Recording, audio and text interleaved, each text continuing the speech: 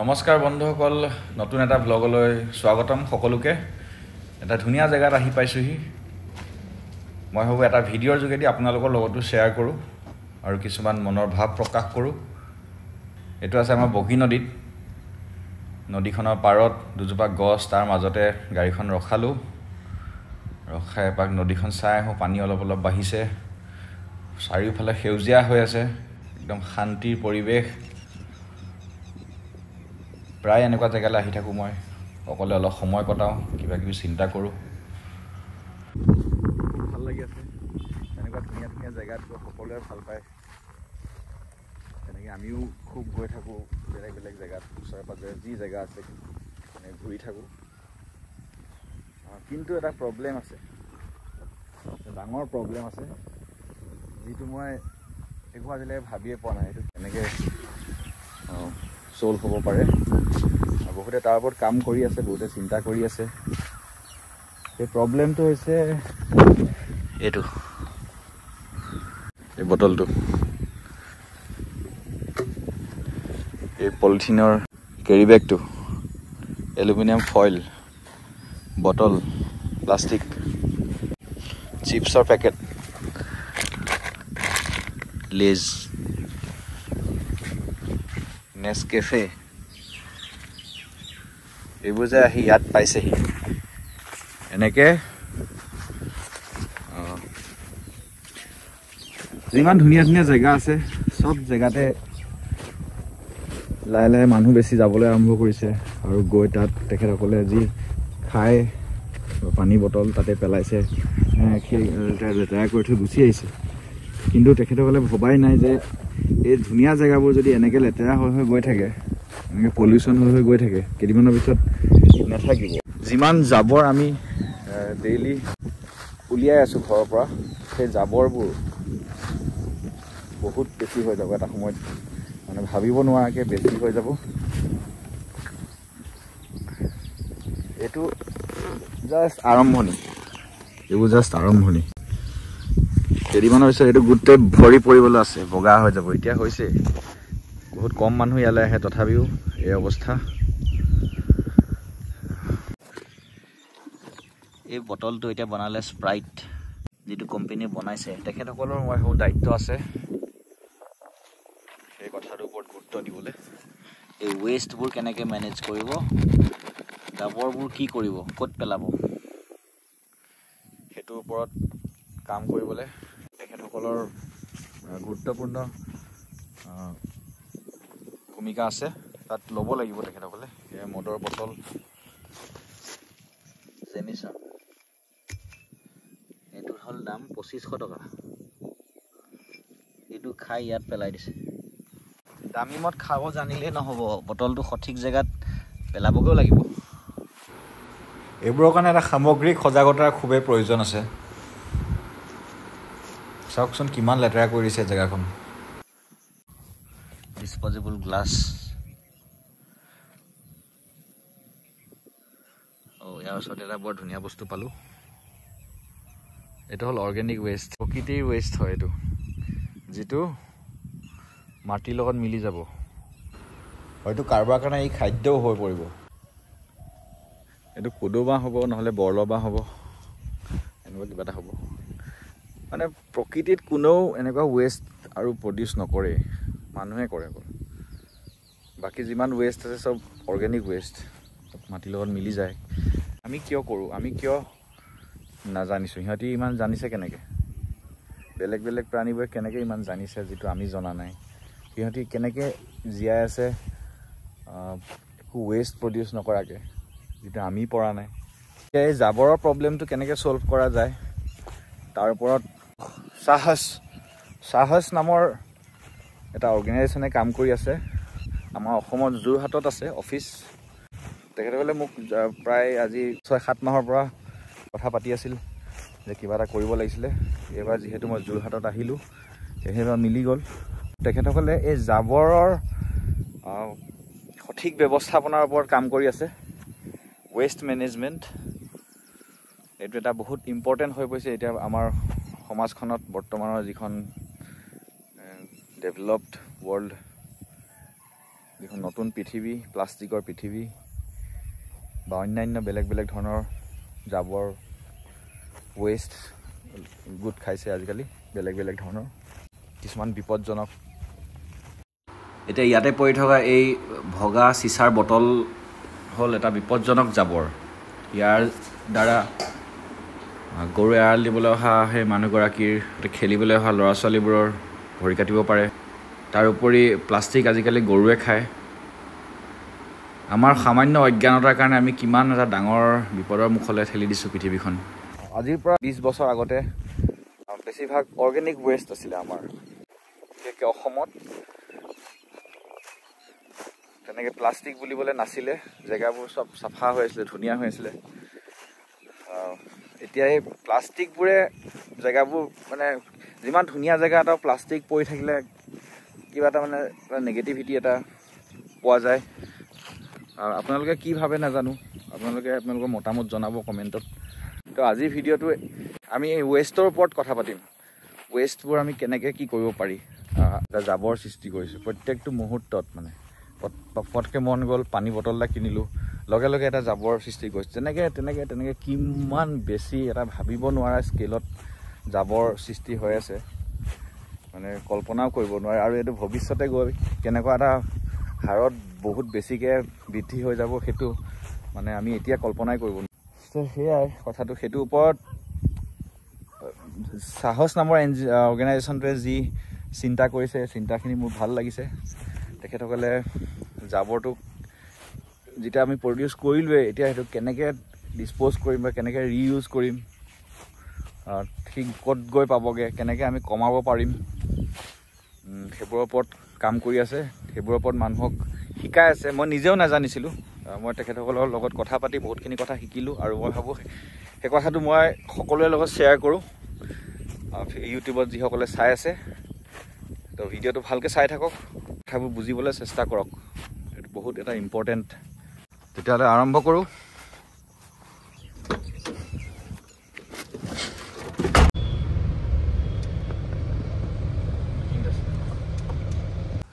জাবৰৰ কথা পাতি থাকোঁতে ইয়াৰ ৰাস্তাত জাবৰে দেখিছোঁ। মিউনিচিপালিটি গাড়ী আহি চব জাবৰ একো ছেপাৰেশ্যন নকৰাকৈ, একো ছেগ্ৰিগেট নকৰাকৈ একেলগে ডাম্পয়াৰ্ডত পেলাবলৈ লৈ গৈ আছে। এইটো জাবৰৰ মিছমেনেজমেণ্ট, যিটো ইমান দিনে চলি আহিছে। এনেদৰে দমাই গৈ থাকিলে গোটেই পৃথিৱীখন এদিন জাবৰ হৈ যাব। এয়া আহি পালোঁ সাহস নামৰ অৰ্গেনাইজেশ্যনটোৰ অফিচত। আমি শ্বাকলেনৰ লগত কথা পাতি আছোঁ। তেখেতে মোক বুজাই আছে ৱেষ্ট মেনেজমেণ্টৰ ওপৰত। বহুতখিনি কথা জানিলোঁ, বহুত শিকিলোঁ। আৰু সেইখিনি মই ভিডিঅ'টোত আপোনালোকৰ লগত শ্বেয়াৰ কৰিম। তেওঁলোকে দুটা ইণ্টাৰেষ্টিং বস্তু দেখুৱালে মোক। দুটা মাস্ক মাজুলীত বনাই নিছে। দুটা কেৰেক্টাৰ আছে, এটা হ'ল মেণ্টেল আৰু এটা হ'ল এনভাইৰমেণ্টেল। মূৰৰ ওপৰত পাত থকাটো হ'ল এনভাইৰমেণ্টেল। যিসকল লোক পৰিৱেশৰ ওপৰত সজাগ, যিসকল লোকে লেতেৰা নকৰে, সেইসকল হ'ল এনভাইৰমেণ্টেল। আৰু মেণ্টেল হ'ল তাৰ বিপৰীত, যোনে এনভাইৰমেণ্টৰ ওপৰত একো চিন্তা নকৰে। সাহসৰ টীমটোৰ লগত ভালেমান সময় কটালোঁ। তেওঁলোকে খুব নিষ্ঠাৰে কাম কৰি আছে। এতিয়া আহি পালোঁ মই পেইণ্টিংখন কৰিবলগীয়া জেগাটোলৈ, নৱালী ফ্লাইঅভাৰৰ এখন ৱালত আমি কিবা এটা আঁকিব গৈ আছোঁ। তুমি চাই থাকিলে গম পাই থাকিব। প্ৰথমতে এতিয়া জোতা পিন্ধাৰে আৰম্ভ কৰিছোঁ। এইটো JECৰ পৰা মোক গিফ্ট হিচাপে দিছিলে।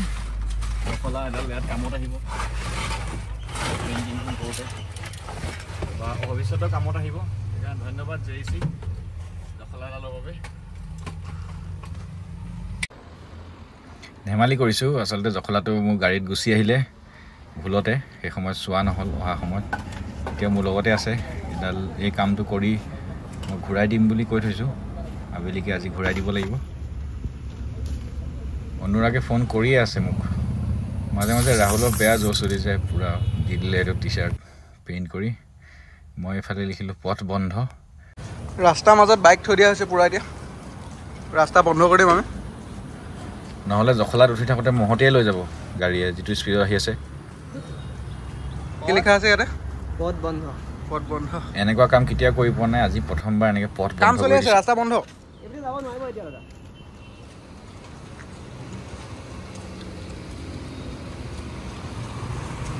মিছন ডান হৈ গৈছে।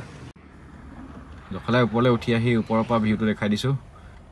যোৰহাট কলেজৰ ফালে অলপ আগলৈ গৈ যোৰহাট কলেজ আছে আপোনালোকে জেগাটো চিনি পাব যদিহে যোৰহাটৰ হয় সাহস অৰ্গেনাইজেশ্যনে যি এই জাবৰ মুক্ত পৃথিৱী এখনৰ সপোন দেখিছে তাৰ আজি ময়ো এটা অংশ হ'লোঁ তেওঁলোকে কয় নাথিং ইজ ৱেষ্ট একো বস্তু পেলনীয়া নহয় আমি যি জাবৰ হিচাপে পেলাই সেই পেলনীয়া বস্তুটো যদি আমি ৰিচাইকেল কৰোঁ বা ৰিইউজ কৰোঁ তেতিয়া আমাৰ জাবৰ বহুখিনি কমি যায় আৰু লগতে যিখিনি আমি জাবৰ বুলি ভাবোঁ সেইখিনি আমাৰ ৰিচোৰ্চত ৰূপান্তৰিত হয় অৰ্থাৎ আমাৰ সম্পদ হৈ পৰে ৰিডিউচ ৰিইউজ আৰু ৰিচাইকেল 3 Rs ড্ৰয়িংটো হৈ গৈছে ইয়াত এতিয়া কালাৰ কৰিব লাগিব প্ৰথম বেকগ্ৰাউণ্ড কালাৰৰ পৰা আৰম্ভ কৰিলোঁ ইতিমধ্যে পুলিচ আহি পাইছেহি কাৰণ আমি যে নো এণ্ট্ৰি লগালোঁ কোনোবাই কমপ্লেইন কৰি দিলে সেইটো কাৰণে আমি পাৰ্মিশ্যন লৈছিলোঁ বাৰু অথৰিটিৰ পৰা পাৰ্মিশ্যনটো তেখেতসকলক দেখুৱালোঁ তেওঁলোকে অলপ সময় আৰ্ট কৰাকৈ চালে এজনে ফটো উঠাইছে পুলিচসকলৰ মাজতো থাকে কিছু লোক যিয়ে আৰ্ট ভাল পায় তেখেতে মোক বোলে আগৰ পৰাই চিনি পায় ফটো এখন উঠিলে পিছত তেওঁলোকে নিজে আমাক সহায় কৰি দিলে যাতে এইটো ৰাস্তাইদি কোনো আহিব নোৱাৰে কাৰণ ইয়াত কাম কৰি থাকিলে এফালে গাড়ী মটৰ অহাটো বিপদজনক হয় কামৰ মাজতে ৰাহুল আহিলে ৰাহুলক বহুত নম্বৰত লগ পালোঁ আপোন মানুহো এনেকৈ লগ পাই থকা হয় মাজে মাজে ৰাস্তাতে যোৰহাট বুলি লিখিছোঁ সাহসৰ যিটো এনভাইৰমেণ্টেল কেৰেক্টাৰ এইটো ইয়াত দিছোঁ ইফালে মেণ্টেলো আছে ছবিখন অলমষ্ট আহিছাগে 90% হৈ গ'ল 2-এটা কথা লিখিব আছে এইটো লিখিলোঁ মুক্ত আৰু সিফালে লিখিছোঁ জাবৰ মুক্ত যোৰহাট এইটো এটা সপোন এটা ডাঙৰ সপোন টিম সাহসৰ মেম্বাৰ্ছসকল থাকিলে লগতে গোটেই দিনটো ইমান ৰ'দ আৰু গৰমত যে গোটেই দিনটো এনেকৈ থাকিলে লগত মানিব লাগিব শেষত মই নিজৰ ছিগনেচাৰটো কৰি দিলোঁ ফ্লাইঅভাৰৰ একেবাৰে টপ লেভেলত পেইণ্টিংখনৰ পৰা অলপ বাহিৰত ৰাখিছোঁ যাতে ফটো উঠাওঁতে টেগটো নাহে টেগটো অলপ বেলেগকৈ অলপ ডাঙৰকৈ বেলেগ এটা ছাইডত দি দিছোঁ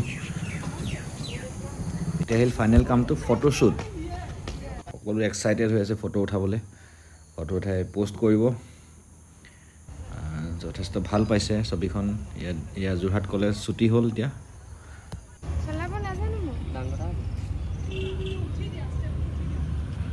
এয়া মৰমৰ ভাইটি ডিজে দুৰ্লভ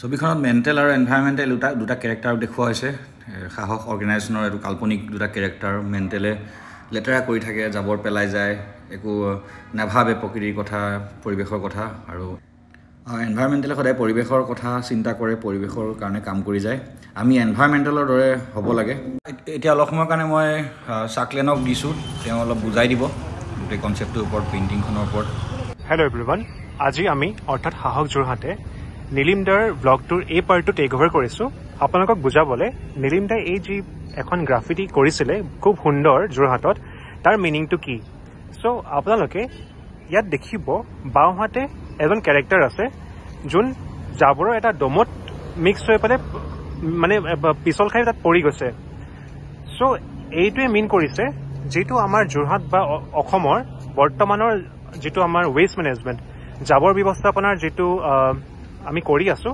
সেইটো য'ত কি হয় মানুহৰ ঘৰত যিখিনি জাবৰ গোট খাই আপোনাৰ সকলো জাবৰ মিক্স হৈ পেলাই কি হয় মিউনিচিপালিটি বা আমাৰ গ্ৰামাঞ্চলত যিবোৰ মুকলি জেগা থাকে তাত গৈ পেলাই আমি পেলাই দিওঁ এনেকৈ মিক্স জাবৰ হিচাপে একো ভাগ নহয় আপোনাৰ ভেলুৱেবলছ নন ভেলুৱেবলছ একো পৃথক নহয় সকলো এনেকেই মিক্স হৈ পৰি থাকে যোৰহাটত বৰ্তমান এনেকেই হৈ থাকে চ' ইয়াত আমি লিখিছোঁ once mix it cannot be fixed এবাৰ যেতিয়া মিক্স হৈ যায় তাক কেতিয়াও আমি ফিক্স কৰিব নোৱাৰোঁ সেই জাবৰখিনি সেইখিনি আপোনাৰ ডাম্প ইয়াৰ্ডত গৈ পেলাই পৰাৰ বাহিৰে একো তাৰ চলিউশ্যন নাই তাৰ জেগাত আমি সাহস যোৰহাটত এটা ইনিচিয়েটিভ আৰম্ভ কৰিছোঁ য'ত আমি প্ৰত্যেক মানুহৰে ঘৰে ঘৰে গৈ পেলাই আমি তেওঁলোকক বুজাইছোঁ যে আপোনালোকৰ যদি ঘৰতে নিজৰ জাবৰটো ভিজা অৰ্থাৎ পচনশীল শুকান অৰ্থাৎ যিটো অপচনশীল আৰু হাজাৰ্ডাছ মানে বিপদজনক আৱৰ্জনা যিবোৰ ওলাই ঘৰৰ পৰা সেইবোৰ যদি আপোনালোকে ঘৰতে পৃথক কৰে মানে চ'ৰ্চ ছেগ্ৰিগেশ্যন কৰে তেতিয়া আমাৰ যোৰহাটখন এনেকুৱা এখন ধুনীয়া যিখন আপোনালোকে দেখিছে বেকত এখন সেউজীয়া এটা পৰিৱেশ আৰম্ভ হৈছে তেনেকুৱা এটা আৰম্ভ হৈ আমি এই জাবৰৰ এই গোটেই ডোমটোৰ পৰা জাবৰ যিখন আমাৰ যুদ্ধ লাগি আছে প্ৰত্যেকখন চহৰত প্ৰত্যেকখন গাঁৱত তাত আমি জয়ী হ'ম আৰু যোৰহাটখন এখন সঁচাকৈ জাবৰ মুক্ত যোৰহাট হ'ব সো সেইটোৱে আমি মেছেজ দিব বিচাৰিছো এই গোটেই গ্ৰাফিটিখনৰ দ্বাৰা আৰু বহুত বহুত ধন্যবাদ নীলিম মহন্ত দাক তেওঁ ইমান সুন্দৰকৈ আমাৰ মেছেজটো ইয়াত প্ৰতিফলিত কৰাৰ বাবে আৰু আপোনালোকে এইফালে দেখিব আমি লিখিছোঁ যে ছেগ্ৰিগেট ডেইলি সাহস মৰমৰ যোৰহাট নাথিং ইজ ৱেষ্ট চ' আমি বিলিভ কৰোঁ যেতিয়া আপুনি নিজৰ হাউচ হোল্ড লেভেলতে ৱেষ্টটো ছেগ্ৰিগেট কৰে 3টা ভাগত আৰু ভাগ ভাগ কৰি আপুনি মিউনিচিপালিটি গাড়ীত জাবৰখিনি ঘৰে ঘৰে দিয়ে তেতিয়া একো এটা জাবৰ আপোনাৰ ৱেষ্ট নহয় ৱেষ্টখিনি কি কৰিব পাৰে ইয়াৰ পৰা কম্প'ষ্ট বনিব পাৰে সাৰ বনিব পাৰে বায়'গেছ বনিব পাৰে ড্ৰাই ৱেষ্টখিনিৰ পৰা আপুনি ৰিচাইকেল হৈ পেলাই বিভিন্ন প্ৰডাক্ট বনাব পাৰে আৰু হাজাৰডাছ ৱেষ্টখিনি যিখিনি আপোনাৰ 5 to 10% থাকে সেইখিনি আপুনি ইনচিনেশ্যনৰ কাৰণে পঠাব পাৰে বাৰ্ণিঙৰ কাৰণে এটা ছেফ এনভাইৰনমেণ্টত চ' সেইটোৱে আমাৰ মেছেজটো আৰু এই যিটো জাবৰ মুক্ত যোৰহাট এইটো প্ৰজেক্টতে আমি লাগি আছোঁ আৰু আপোনালোকৰ সকলোৰে সহযোগিতা বিচাৰিলোঁ আপোনালোকে আহিব ইয়াত ফটো তুলিব এয়া আমাৰ নআলি ফ্লাইঅভাৰৰ তলতে আছে যোৰহাটৰ আপোনালোকে ফটো তোলাৰ বাহিৰেও যদি আপোনালোকে ইচ্ছুক হয় আমাক আপোনালোকে যোগাযোগ কৰিব পাৰে আৰু আমাৰ লগত আপোনালোকে ভলণ্টিয়াৰিং কৰিব পাৰে গোটেই প্ৰজেক্টটোত যেতিয়া আপোনালোকৰ সময় থাকে আপোনালোকে এভেইলেবল থাকে যদি আপোনালোকে ইচ্ছুক হয় আমাক জনাব পাৰিব ধন্যবাদ that's all from our end সাহস যোৰহাট চাইনিং অফ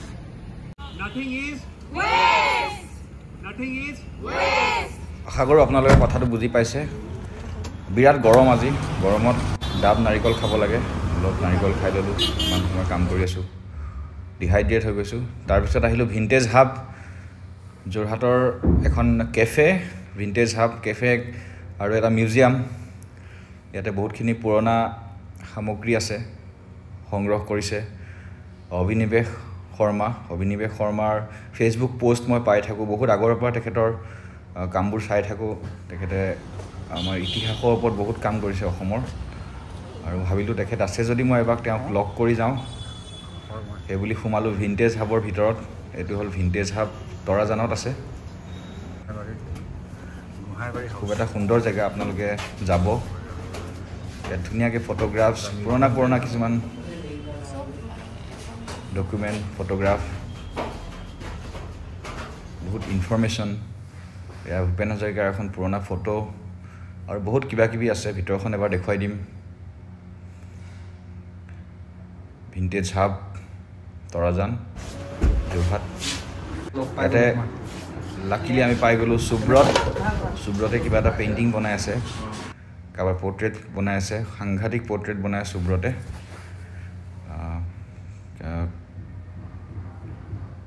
অভিনিৱেশক লগ নাপালোঁ তেওঁ কিবা কাৰণে গুৱাহাটী গ'ল বোলে নেক্সট টাইম কেতিয়াবা লগ পাম সাহসৰ মেম্বাৰসকল আমি লাঞ্চ কৰিবলৈ ৰৈ আছে সেয়েহে ইয়াত একো খোৱা নহ'ল এতিয়া আহি পালোঁ সাহস তেওঁলোকে মোক এটা বৰ ধুনীয়া উপহাৰ দিছে এখন ৰিচাইকেল পেপাৰেৰে বনোৱা নোটবুক মোক খুব কামত আহিব স্কেচিং কৰিম ইয়াত তোমালোকৰ অৰ্গেনাইজেশ্যনৰ ধুনীয়া ৰিচাইকেল পেপাৰ বুলি বনোৱা হয় আৰু এইটো ব্লিচ নকৰা হয় চ' সেইটো এখন আমাৰ নৰ্মেলি আমি আমাৰ লগত ৰাখোঁ তাৰ লগতে আমাৰ কেলেণ্ডাৰ এখনো আছে থেংক ইউ তো ইয়াতে লিখা আছে সাষ্টেইনেবল লাইফষ্টাইল এটাৰ কাৰণে কেনেকৈ ধৰণে কি কৰিব লাগে 12টা মানে বেলেগ ষ্টেপ আমি কি ল'ব লাগে আৰু ইয়াত আমাৰ ৱৰ্কছবোৰ আছে বেলেগ আমি কি কাম কৰি আছোঁ বেলেগ লোকেশ্যনত thank U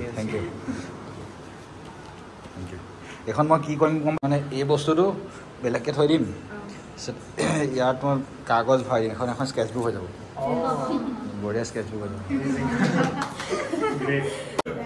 Thank you so much. Bye bye